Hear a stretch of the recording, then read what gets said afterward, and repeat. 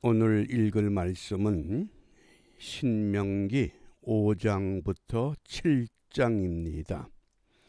우리 묵상의 주제, 진멸할 것이라. 광야 세대들을 향해서 너희들이 약속의 땅, 가나안 땅에 들어가면 가나안 땅에 이미 아낙 자손과 같은 거대한 거인족들이 정착하고 살아갈 텐데 그들을 완전히 진멸하라. 그들과 싸워서 이길 수 없다고 탄식했던, 절망했던 그 사람들을 향해서 진멸하라고 말씀을 하십니다. 우리가 이와 같은 하나님의 명령 때문에 하나님은 잔인하다. 하나님은 싸움을 좋아한다. 하나님은 보복하는 하나님이다.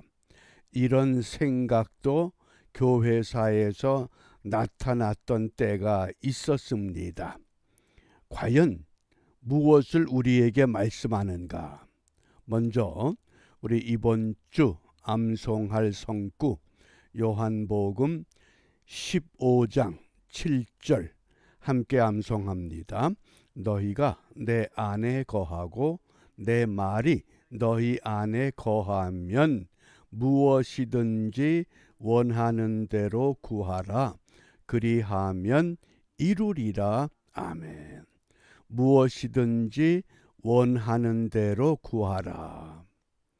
우리 어릴 때 읽었던 동화 가운데 도깨비 방망이 기억하시는지 모르겠습니다. 금 나와라 뚝딱 그러면 금이 나오고, 은 나와라 뚝딱 하면 은이 나오고, 집 나와라 뚝딱 하면 집이 나오고, 무엇이든지 원하는 대로 구하라.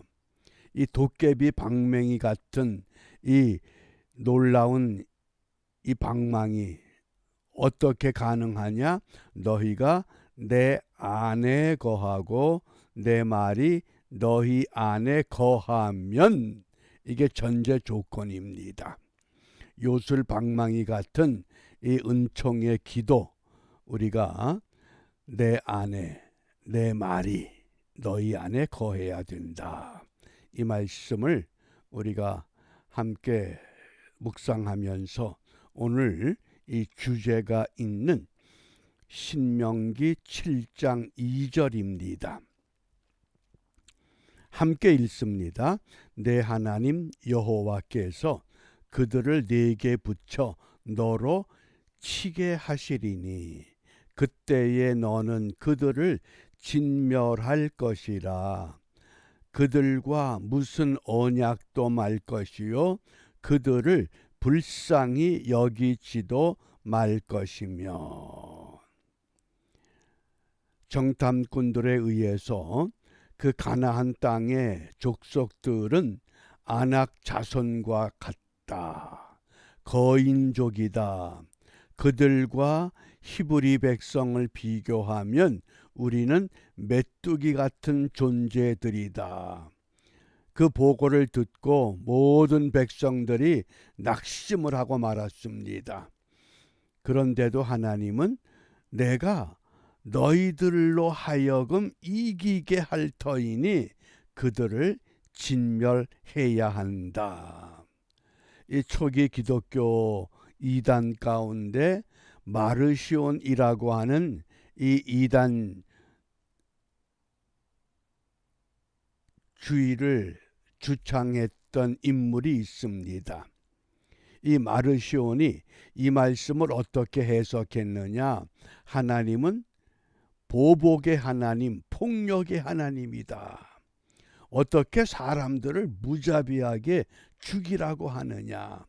그러면서 신약의 예수님은 용서와 사랑의 하나님이기 때문에 구약의 하나님과 신약의 하나님은 다르다. 이렇게 가르쳤습니다. 어떻습니까? 구약의 하나님과 신약의 하나님이 다른 하나님인가요? 아니라고 하는 겁니다. 우리는 구약의 하나님은 곧 신약의 하나님과 동일하십니다. 그러면 왜 진멸하라고 말씀했느냐? 두 가지 이유가 있습니다. 광야 세대의 백성들이 아직도 신앙이 온전하지 못하기 때문에, 신앙이 온전치 못하기 때문에 우상을 숭배하는 거대한 민족들을 보면 그 신이 더 아름답게 보일 수밖에 없습니다. 또 이 가나안 땅은 마치 이 소돔과 고모라 땅이 또 노아 시대가 죄악이 관영했던 것처럼 죄악이 관영한 땅입니다. 어리석은 백성들이 그것을 보면 우리가 믿는 하나님보다 더 우월하게 느낄 수 있게 까닭에 아예 이걸 끊어버리라. 그래서 진멸을 말씀하신 겁니다. 이 진멸법을 헤렘법, 헤렘이라고 하는 히브리 단어를 사용해서 설명합니다. 그래서 이 헤렘이라고 하는 단어가 추방한다 또는 몰수한다, 억제한다 그런 뜻입니다. 그러면 왜 진멸해야 하느냐? 그 이유가 출애굽기 23장 33절에 그들이 내 땅에 머무르지 못할 것은 그들이 너로 내게 범죄케 할까 두려움이라. 내가 그 신을 섬기면 그것이 너의 올무가 되리라. 신앙이 미숙하기 때문에, 온전치 못하기 때문에 우리 속담에 남의 떡이 더 커 보인다는 것처럼 우리가 믿는 하나님보다 저들이 섬기는 신이 더 위대한 것 아니냐.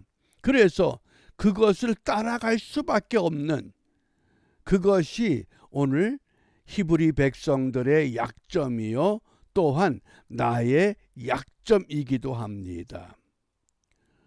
우리가 보일링 프로그, 그래서 개구리를 뜨거운 물에 집어넣으면 개구리가 튀어나오지만은 개구리의 몸에 알맞는 온도의 물에 개구리를 집어넣고 물을 서서히 온도를 높여가면 물이 뜨거워져도 개구리가 나오지 않는다고 하는 실험을 통해서 미숙한 신앙의 사람들이 그 죄악이 관영한 곳에 들어가 살다 보면 나도 모르게 동화될 수밖에 없기 까닭에, 죄를 지을 수밖에 없기 까닭에 그들을 진멸하라고 말씀하셨습니다.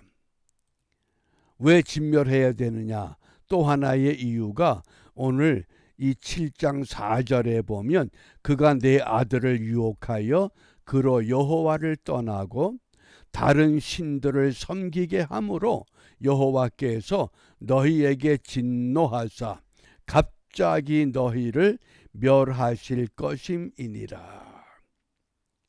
에덴 동산이라고 하는 가장 이상적인 환경에서도 아담과 하와는 사탄의 유혹에 의해서 하나님이 먹지 말라고 금했던 그 열매를 볼 때 먹음직도 하고 보암직도 하고 지혜롭게 할 만큼 탐스러운 열매구나.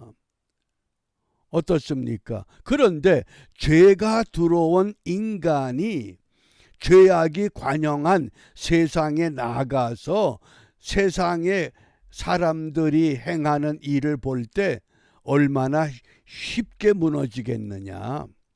그래서 세 가지를 금했습니다. 그들과 언약을 금해라. 약속하지 마라. 그들과 혼인하지 마라. 결혼을 금해라. 또 세 번째 중요한 건 그들을 불쌍히 여기지 말라. 동정심을 금하라. 아주 철저하게 차단의 벽을 치게 하셨습니다. 이렇게 신신당부해서 약속의 땅에 들어갔지만 결국은 어떻게 됩니까? 또 무너지고 마는 겁니다. 왜?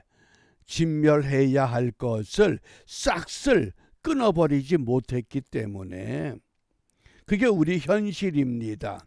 그래서 우리가 이러한 이 현실의 관계를 세 가지로 생각해 봅니다.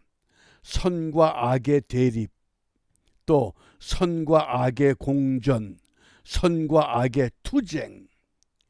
이 교회가 온전한 교회가 되어야 할 터인데, 우리가 신앙이 온전한 신앙이 되어야 하는데, 세상에 나가면 선과 악이 항상 대립해 있습니다.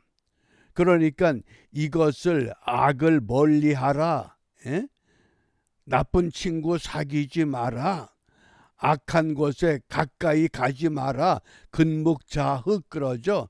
검은 것에 가까이 하면 나도 검어진다. 그러니까 아예 배타적인 입장. 그래서 세상을 떠나서 예수님 당시에 세례 요한 같은 에세네파 사람들은 아예 세상을 떠나서 아주 세상과 대립되는 삶을 살았습니다. 이게 대립관계입니다. 두 번째는 선과 악의 공존입니다. 이 세상도 하나님이 만드셨는데 만드신 세상에 악이 들어왔으니 우리가 더불어 살면서 그들을 따라가지 않으면 된다.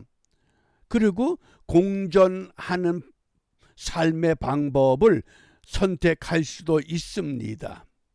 그 다음에 세 번째가 이 선과 악이 있기 때문에 선으로 악을 이겨야 된다. 영적 싸움에 승리해야 된다. 투쟁하는, 그래서 영적 싸움을 강조한 겁니다. 사람의 성향마다 대립관계를 좋아하는 성향이 있고 공존관계를 좋아하는 성향도 있습니다. 그러나 성경은 오늘 영적 싸움에 이겨야 된다. 싸워서 이겨야 할 대상이지 대립한다고 공존한다고 해결되는 것이 아니라고 말씀합니다. 그러므로 이러한 환경에서 우리가 무엇을 기도해야 되느냐?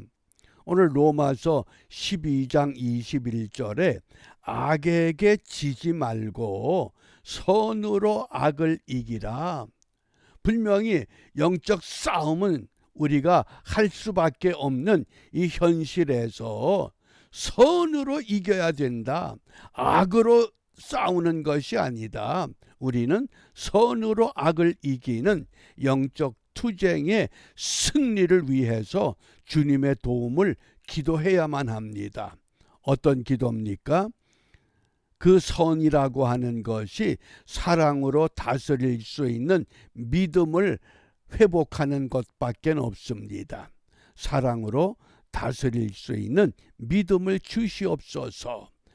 그래서 이러한 믿음을 갖고 허다한 죄, 허다한 허물 덮을 수 있는 사랑, 또 그들을 위해서 늘 깨어 기도할 수 있는 사랑, 이런 사랑의 사람들이 오늘도 삶의 도처에서 이 불락지 교회를 세워가는 일에 성공할 수 있는 줄 압니다.